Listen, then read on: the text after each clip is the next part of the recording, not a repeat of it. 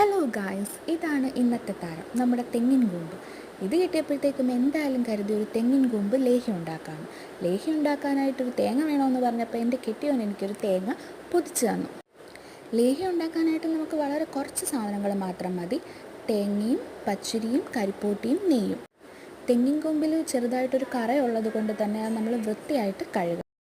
പിന്നീട് ഒരു മിക്സിയിൽ തെങ്ങിൻ കൂമ്പും പച്ചരിയും ആവശ്യത്തിന് വെള്ളവും ഒഴിച്ച് കുഴമ്പ് രൂപത്തിൽ അരച്ചെടുക്കാം. അതിലേക്ക് ശർക്കര പാനി ഉരുക്കി ഒഴിക്കാം. പിന്നീട് അടുപ്പിൽ പാത്രം വെച്ച് നെയ്യൊഴിച്ച് ഇതെല്ലാം കൂടെ അതിനകത്തോട്ട് ചേർത്ത് കണ്ടിന്യൂസ് ആയിട്ട് ഇളക്കിക്കൊണ്ടിരിക്കണം. പിന്നെ രണ്ടാം പാലും അവസാനം ഒന്നാം പാലും ചേർക്കണം. പിന്നെ ഇത് നന്നായിട്ട് കുറുകി വരുമ്പോഴത്തേക്കും നമുക്കിതിലേക്ക് ജീരകമോ ഏലക്കയോ നട്ട്സോ അങ്ങനെയൊക്കെ നമുക്ക് ആഡ് ചെയ്യാം. ഇതിൻ്റെ ലോങ് വീഡിയോ ഞാൻ എൻ്റെ ചാനലിൽ അപ്ലോഡ് ചെയ്തിട്ടുണ്ട് കേട്ടോ. ഇത് വളരെ ഹെൽത്തി ആയിട്ടുള്ളൊരു ഫുഡാണ്. ഏത് പ്രായത്തിലുള്ളവർക്കും ഇത് കഴിക്കാം. അപ്പം പറ്റുന്നവരെല്ലാവരും ഇത് മസ്റ്റായിട്ട് ട്രൈ ചെയ്ത് നോക്കണം. പിന്നെ ആദ്യമായിട്ടാണ് എൻ്റെ ചാനൽ കാണുന്നതെങ്കിൽ സബ്സ്ക്രൈബ് ചെയ്യുകയും സപ്പോർട്ട് ചെയ്യുകയും ചെയ്യണം. Okay, by.